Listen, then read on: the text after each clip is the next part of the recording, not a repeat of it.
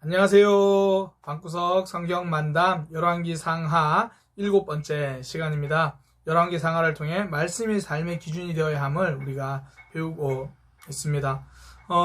이제 오늘은 솔로몬이 영적으로, 신앙적으로 몰락해가는 그런 모습을 보게 됩니다. 지난주에 그런 내용이 있었잖아요. 화려함 속에 숨겨져 있는 뭔가 어둠, 그런 모습들 지난주에 좀 살펴보았는데요. 오늘은 본격적으로 이제 그 솔로몬이 하나님과 멀어짐의 모습이 드러납니다. 먼저 기준을 좀 보면 알아요. 하나님께서 말씀으로 왕은 어떻게 살아야 한다 기준을 알려주셨거든요. 솔로몬은 그 기준과 다르게 행동하는 모습을 봅니다. 그 기준이 뭐냐면 신명기 17장 16절에서 17절 이렇게 적혀 있어요. 이스라엘이 이제 왕을 세우거든 왕은 이것을 하지 마라 라고 신명기 17장 16절 17절에 말해주거든요. 그게 뭐냐면 16절부터 제가 읽어드릴게요. 그는 병마를 많이 두지 말 것이요 병마를 많이 얻으려고 그 백성을 애굽으로 돌아가게 하지 말 것이니, 그러니까 그 군사력 병마 이런 병마 뭐 그러니까 말이나 뭐 그런 걸 많이 두지 마라 이렇게 이야기를 하는 거예요. 그리고 뭐 17절에 보면 그에게 아내를 많이 두어 그의 마음을 미혹되게 하지 말며, 아내를 많이 두지 마라. 뭐 후궁들이나 뭐 왕비들 뭐 많이 두지 마라. 그렇게 이야기하죠. 또 하나 은금을 많이 쌓지 마라. 세 가지를 하지 말라 그래요. 병력을 많이 키우지 마라. 뭐 말들을 많이, 그러니까 여기서 말하는 말이라는 게 뭐 재산적인 의미보다는 오늘날로 말하면 뭐 전차 뭐 그런 거잖아요. 탱크 뭐, 그러니까 그런 군사력을 확장시키지 마라. 그리고 아내를 많이 두려고 하지 마라. 그리고 은과 금을 많이 두려고 하지 마라. 이 세 가지를 하지 말라고 하거든요. 자, 그런데 열왕기상 10장 26절부터 11장 3절까지 보면요, 하나님이 하지 말라고 하는 것만 이렇게 많이 하는 모습이 등장해요. 예를 들어 열왕기상 10장 26절에 보면 솔로몬이 병거와 마병을 모으매, 그러면서 병거가 뭐 1400대요 마병이 12000이라 뭐 그렇게 굉장히 많다. 그리고 27절에 또 탁 넘어가면요, 10장 27절에 왕이 예루살렘에서 은을 돌같이 흔하게 하고, 은금을 많이 두지 말라 그랬는데 예루살렘에 돈이 굉장히 많다.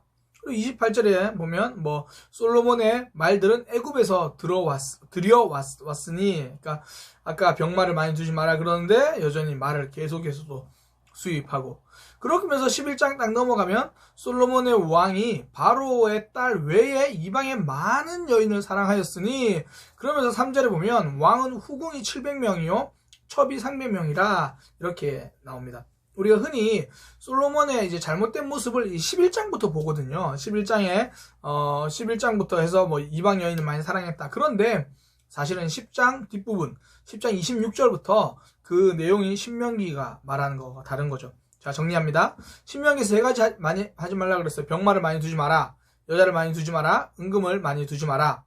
그런데 열왕기상 10장 뒷부분부터는 솔로몬이 병마를 많이 두고 돈이 굉장히 은금을 많이 두고 여인을 많이 두는 모습이 등장하는 겁니다. 성경에서 하지 말라고 하는 것만 모아서 하는 거죠. 성경에서 금한 거 다 하는 겁니다.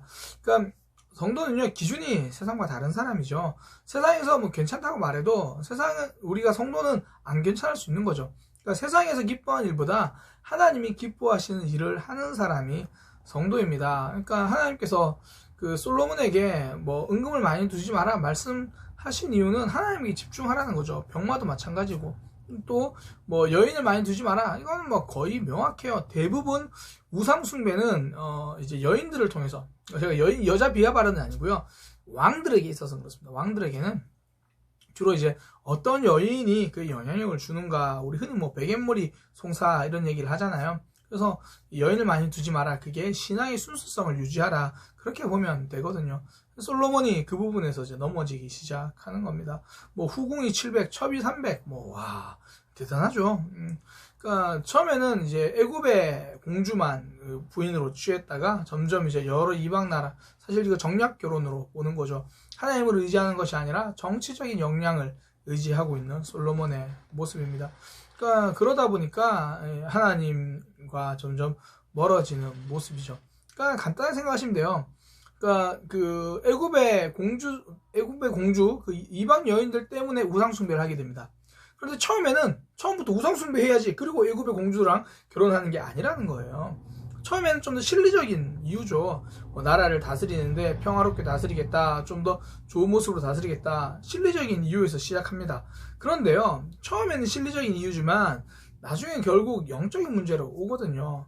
사실 우리가 뭐 이제 일상생활을 하다가 하나 두 개 양보하는 게 처음에는 실리적인 문제예요. 뭐 내가 하나님을 떠나겠다 이런 마음 없어요. 뭐 예를 들어 평소에 늘 하나님께 예배 생활 하시던 분이 지금 바쁘니까 어떤 상황이 있으니까 실리적인 이유로 하나 둘씩 양보하는데 실제로는 결국 신앙의 양보로 이어지는 거거든요.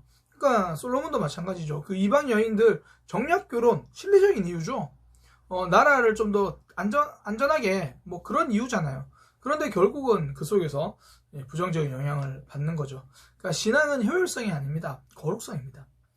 얼마나 더 우리가 효율적으로 일을 잘할 수 있느냐 물론 중요하죠. 그러나 그 효율성이 거룩에 해가 된다면 비효율적인 방법을 선택하는 거죠.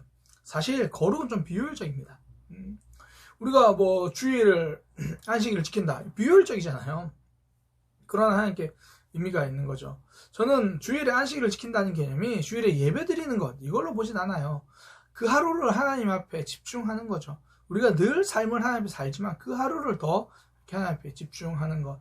그래서 지금 뭐 우리 교회 같은 경우에는 이제 그 비대면 예배 끝나고 대면 예배를 하는데 하지만 식사가 금지되고 소모임이 금지되니까 예배 마치고 다들 이렇게 각자의 삶의 현장을 흩어져요.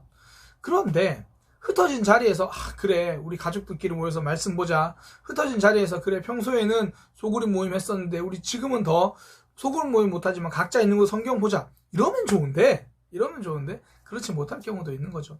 주일은 예배지키는 날이 아니라 하나님 붙드는 날입니다. 그 가운데 예배가 있는 거죠. 예배를 통해서 하나님께 더 나아가는 거. 그러니까 거룩성은 좀 비효율적이에요. 그러나 그걸 통해 우리의 신앙이 세워지는 거죠. 그러니까 항상 그거 기억하십시오. 열왕기 상하 우리가 계속 지내면서요. 그거 볼 거예요. 하나님은 무엇을 기뻐하시는가? 하나님이 원하시는 기준은 무엇인가? 그런 거죠. 뭐 이방인들과 결혼하지 마라. 인종차별이 아니고요. 그러니까 그들의 신앙을 영향받는 거죠. 잘못된 종교적인 영향을 받는다라는 거죠. 너희의 마음을 돌려 그들의 신을 따르게 될 것이다. 하나님께서 이미 경고하시잖아요. 그런데 사람들은 항상 이 죄악을 몰라서 죄에 빠지는 건 아니에요. 예외 조항 때문에 빠지는 거거든요. 그런 거 있잖아요. 뭐 로또 1등 당첨되면 많은 사람들이 뭐 망한다. 이건 잘 알거든요. 그 이제 로또나 뭐 복권에 1등 당첨된 사람들이 오히려 더 부유하게 행복하게 사는 것보다 망하는 경우가 더 많다. 그런데 사람들이 로또를 사는 이유는 뭐예요? 나는 안 그럴 거라는 거예요. 나는 계획성 있게 잘 쓸 거야. 나는 지금 뭐 집이 필요해서 하는 거지 이 빚 때문에 하는 거지 요거만 갚고 나면 나는 안 해라고 사람들은 나는 예외 조항을 적용해요. 괜찮을 거라 생각하죠. 말씀도 그래요. 나는 이 죄악에 넘어지지 않을 거야. 항상 예외 조항이죠. 그러나 예외 조항에서 우리가 자유로울 수 있는 사람은 없으니까 내가 예외 조항에 속한다기보다 대부분 보편성으로 생각하시면 돼요. 나도 넘어질 수 있다. 그러니 말씀을 모두 다 나를 향한 경고다 이렇게 받아들이면 되는 거죠. 이거는 인류에 대한 모든 사람을 위한 경고다 이게 아니라 바로 딱 나 들으라고 하시는 말씀이야. 이건 나에 대한 말씀이냐 그렇게 받아들이는 거죠. 솔로몬이 그렇게 받아들였으면 넘어질 일이 없죠. 그러나 솔로몬이 그 말씀을 받아들이지 못하고 하나님으로부터 돌아서는 거죠. 11장 3절을 보면 정확히 나와요. 그의 여인들이 왕의 마음을 돌아서게 하였더라. 그러니까 솔로몬의 마음 돌아섰죠. 그러니까 성경은 항상 우리에게 원리를 알려주는 겁니다. 말씀대로 살아가야 하나님 안에 거할 수 있다. 솔로몬은 그렇지 않았죠. 열왕기상 11장 4절 이후에도 계속 그런 내용이 나와요. 솔로몬이 나이가 많을 때에 그의 여인들이 그의 마음을 돌려서 다른 신을 따르게 했다. 나이가 많을 때에 다른 신을 따르게 되었다. 여기서 우리가 좀 주목해 볼 게 솔로몬이 이방 여인을 취한 건 젊을 때입니다. 그런데 이제 나이가 많을 때 그 다른 신을 따르게 됐다. 젊을 때는 이방 여인을 취해도 되는구나. 그런 의미가 아니라 오래도록 그 영향력 안에 있었는 거죠. 오래도록 그 여인들과 함께 대화하고 만나고 그러면서 그 영향력 안에 있는 거죠. 원래 결단하지 못하는 죄는요 언젠가 반드시 우리에게 올무가 됩니다. 지금은 나에게 큰 영향이 없다고 생각하잖아요. 그러나 결국 그 문제가 우리를 넘어뜨리게 되는 거거든요. 그래서 하나님께서 뭐 주일 예배라든지 또 성경 읽기라든지 우리 삶에서 여러 가지 말씀해 주실 때 그거 지금 떠나라는 거예요. 지금 떠나서 결단하라. 그런 모습이죠. 그러니까 결단하지 못하는 죄, 언제나 우리를 넘어뜨리는 거. 우리 연약하면서 계속 넘어지는 거. 그래서 신앙이 성숙한다는 것은 결국 우리가 자꾸 넘어지는 문제에 조금씩 결단하고 담대해지는 것. 그것이 신앙이 성장하는 거죠. 뭐 관계에서 많이 넘어졌던 사람은 관계에서 좀 더 강한 마음, 하나님이 주시는 그 믿음으로 용납하고 배려하고 나도 참고 견디고 그렇게 좀 강해지는 부분들. 그래서 우리가 신앙이 시간이 지날수록 좀 더 성장해가는 그런 모습이었으면 좋겠습니다. 가장 좋은 건요, 내가 자주 넘어지는 부분에 결단하는 거예요. 사람들이 결단하지 못한 이유가 그거거든요. 결단하고 또 넘어질까봐. 결단하고 넘어지면 그때 또 일어서면 되죠. 넘어질까봐 결단하지 않는 것보다 결단하고 넘어지는 게 낫죠. 그리고 다시 일어서면 되니까. 이제 이후로도 이제 솔로몬이 계속해서 우상 숭배했다는 내용이 계속 나와요. 뭐 계속 나오고 다른 신을 따르고 뭐 예루살렘 앞에 산당을 짓고 말씀도 잘 듣지 않는 거죠. 처음에는 이 바로의 딸 애굽의 공주만 받아들였다가 점점 받아들이는 거예요. 쉽게 생각하면 이렇게 보시면 돼요. 한 번이 어려워요. 한 번이. 한 번 넘어지면 그 부분에서도 계속 한 번 허용하면 그 부분에서 계속. 그래서 지금 한국 교회가 온라인 예배로 되면서 많이 염려하는 게 주일에 대한 간절함이 사라질 수 있다는 얘기 하잖아요. 왜냐하면 한 번이 어렵기 때문이거든요. 뭐 깨진 유리창 효과 이렇게 말하잖아요. 어떤 마을에다가 차를 한 대 세워놓는데 이불로 유리창 하나 깨놔요. 그러면 그 차는 곧 얼마 지나지 않아 다 부셔져요. 사람들이 그 깨진 거 보고 괜찮겠네 생각을 하는 거죠. 우리의 삶도 마찬가지예요. 에이 넘어졌는데 뭐 새벽기도 한 번도 안 빠지던 사람이 한 번 빠졌어요. 그 한 번이 어려워요. 그 다음부터 또 넘어지고 뭐 다른 부분도 마찬가지죠. 그래서 한 번 넘어졌을 때 하나님 앞에 바로 빠르게 회개하는 것 굉장히 중요합니다. 돌아서는 거죠. 솔로몬은 하나님을 떠나잖아요. 그런데 하나님은 솔로몬을 안 떠나세요. 솔로몬을 계속 붙들어 주시거든요. 9절에 보면 솔로몬이 마음을 돌려 이스라엘 하나님 여호와를 떠나므로 그런데 여호와께서 그에게 진노하시니라. 이게 넌 이제 끝이야 이 말이 아니라 보면 그 뒤를 보면요, 여호와께서 일찍이 2번이나 그에게 나타나시고 하나님은 계속 알려주시는 거예요. 우리에게 때로는 하나님의 뭐 여러 가지 경고하심이나 또 우리가 또 넘어지는 부분들에서 하나님이 깨닫게 해주는 거 있잖아요. 그거 돌아오라는 신호입니다. 하나님의 사랑이죠. 하나님은 항상 그렇게 우리에게 알려주십니다.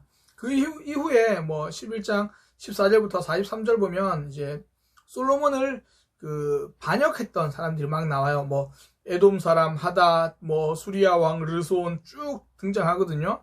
결국은 뭐냐면 솔로몬이 하나님 앞에 바로 서지 못하니까 계속 반역이 일어나요. 그 반역이 왜 일어나나요? 솔로몬으로 하여금 지금 내가 가고 있는 길이 틀렸다 이거 하나님께서 알려주시는 거거든요. 그러니까 계속해서 하나님께서 그 솔로몬의 삶 가운데 너 그렇게 살면 안 돼 알려주시는 거예요. 그러니까 우리 삶에서 넘어지는 부분 있잖아요. 이 넘어짐은 사실 하나님의 세우심이에요. 어떤 의미냐면 뭐 우리가 말의 실수로 자꾸 넘어지는 사람들 있죠. 하나님께서 우리에게 깨닫게 해주는 거죠. 너 말을 조심해야 한다 알려주시는 거죠. 돈 문제로 한번 크게 넘어지는 사람들을 통해서 우리가 깨닫는 게 뭐예요? 그 사람이 깨달아야 될 거, 내가 돈 문제를 하나님 앞에 정직해야겠구나. 그러니까 우리의 삶에서 뭐 하나님께서 우리의 삶을 때로는 뭐 징계, 뭐 저는 징계라는 표현을 좋아하진 않는데 뭐 우리의 삶에서 우리의 잘못으로 인해서 아픔, 고통 겪게 되면 그것을 통해서 결국은 우리에게 고난 주시려고 하는 것이 아니라 이렇게 세워 주시려고 하는 거거든요. 이 하나님의 마음을 알아야 합니다. 제가 그 부분에 대해서 자주 이제 예로 드는 게 이 가늠하다 현장에서 붙잡힌 여인이에요. 가늠하다 현장에서 붙잡힌 여인 예수님께 끌려오잖아요. 이 당시에 율법으로 가늠하다가 현장에서 붙잡혔다. 이건 돌에 맞아서 죽는 겁니다. 그러니까 즉각 사형에 처해지는 그런 모습이거든요. 그런데 이 여인의 가장 큰 축복은 뭐냐면 가늠하다 현장에서 붙잡힌 거예요. 붙잡혔기 때문에 예수님 만났고 붙잡혔기 때문에 죄에서 돌이킬 수 있잖아요. 그러니까 쉽게 말해서 가늠하다 걸렸기 때문이에요. 걸리는 게 은혜입니다. 걸리는 게 축복이에요. 그럼 우리가 세워질 수 있거든요. 우리 삶에서 여러 가지로 막 넘어지는 상황이 있죠. 그때 하필 남들은 정말 이 죄를 많이 지어도 안 걸리다가 난 딱 한 번 왜 이렇게 걸릴까? 하나님이 사랑해서 그래요. 우리 삶에 아픔이 찾아오죠. 물론 모든 아픔을 하나님 만드신 게 아니라 그걸 통해서 우리에게 새롭게 깨닫게 하시고 우리가 일어서게 해 주시는 거죠. 하나님을 붙들어야 된다, 이걸 알려주시는 거거든요. 그러니까 지금 그 솔로몬 왕에게 여러 반역들이 계속 일어남을 통해서 솔로몬이 깨닫기를 원하는데 잘 깨닫지 못합니다. 가장 대표적인 게 이제 여로보암이거든요. 이제 앞에 두 사람은 단순히 뭐 솔로몬을 괴롭혔다면, 이제 등장하는 여로보암은 솔로몬 이후에 왕권을 빼앗아가는 사람이 됩니다. 하나님께서 솔로몬의 죄악을 보고 이 이스라엘의 왕권을 둘로 나누기로 결정하셨습니다. 하나는 다윗에게 약속하신 대로 계속해서 그 다윗의 자손을 통해서 왕권이 이어가게 해주시고요. 그러니까 다윗 왕조는 이어지는 겁니다. 그리고 또 하나, 여로보암이 이 반역함으로 이스라엘이 남과 북 둘로 나누어지거든요. 그 나누어지는 첫 번째 이제 나라가 갈라질 때 왕이 여로보암 왕입니다. 이 선지자가 찾아가요. 아이야 선지자가 이 여로보암을 찾아가가지고 이 옷을 찢어서 12조각을 찢어가지고 10조각을 선택해라, 그렇게 이야기를 합니다. 그러면서 이제 내가 너에게 이스라엘 지파를 맡기겠다, 그렇게 말을 하는 거거든요. 그러면서 이렇게 말하는 거예요. 너는 내 원하는 대로 나라를 다스려라. 그래서 이스라엘 왕이 되어라. 그런데 네가 원하는 대로 다 다스릴 수 있지만 하나님의 다윗이 행한 것처럼 내 율례, 이거 하나님 하시는 말씀입니다. 내 율례와 명령을 지키면 내가 너와 함께 있어 다윗을 위하여 세운 것 같이 너를 위하여 견고한 집을 세우고 이스라엘을 내게 주리라. 보세요. 굉장히 중요한 건데요. 원래 이스라엘 초대 왕은 사울이었죠. 사울이 하나님 앞에 바르게 서지 못하니까 하나님이 다윗을 세우셨어요. 그죠? 다윗을 세우셨단 말이에요. 그런데 다윗이 죽고 다윗의 아들 솔로몬이 제대로 하지 못하니까 여로보암을 세우셨어요. 그럼 여로보암이 하나님 앞에 바르게 쓰면 이 사람도 다윗이랑 똑같을 수 있다라는 거예요. 엄밀히 말해서 이제 정통성은요, 솔로몬이 아니라 여로보암이 가지고 있는 거예요. 왜? 하나님이 그를 선택하셨으니까. 이스라엘의 그 정통성은 혈통이 아닙니다. 하나님의 선택입니다. 하나님 우리를 불러주시는 거예요. 저는 이 말씀이 제 개인적으로 참 힘이 되고 위로가 되는 게 뭐였냐면, 사실 저는 소위 말해서 신앙의 일대예요. 그러니까 저희 누나와 제가 이제 따로 이제 교회를 다니게 되고 부모님이 뒤늦게 신앙생활을 하셨거든요. 그러나 하나님은 뭐 우리가 뭐 몇 대째 신앙생활, 저는 그 믿음의 가풍을 무시하는 게 아니라, 그러나 결국 하나님께서 우리를 선택해 주셨다. 거기에 우리의 신앙과 우리의 삶이 달려있는 거거든요. 그러니까 여로보암은 하나님이 그때 당대에 선택한 사람입니다. 지금부터 그가 다윗처럼 할 수도 있고 아니면 잘못할 수도 있고, 이제 앞으로 우리가 그런 내용을 좀 살펴볼 거예요. 그러니까 솔로몬은 하나님 앞에 바르게 하지 못해서 다윗이라는 훌륭한 아버지를 두었지만 결국 자기 때 이후에 그 나라는 둘로 나누어지게 됩니다. 반면에 지금 여로보암은 하나님께 선택을 받았죠.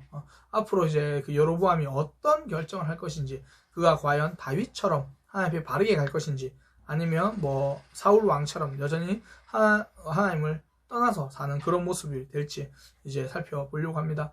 오늘 이제 그렇게 쭉 여로보암까지 이야기가 나오고, 이 솔로몬이 죽었다 성경에 나와요. 그리고 솔로몬의 아들 르호보암이 왕이 됩니다. 그러니까 다윗의 아들 솔로몬의 아들 르호보암이 왕이 되는데 이때부터 나라가 갈라지거든요. 나라가 갈라지는 부분들은 또 다음 시간에 살펴보도록 하겠습니다. 오늘은 솔로몬이 하나님과 점점 멀어지는 모습, 그래서 하나님이 계속해서 경고하시는 모습 좀 보았습니다.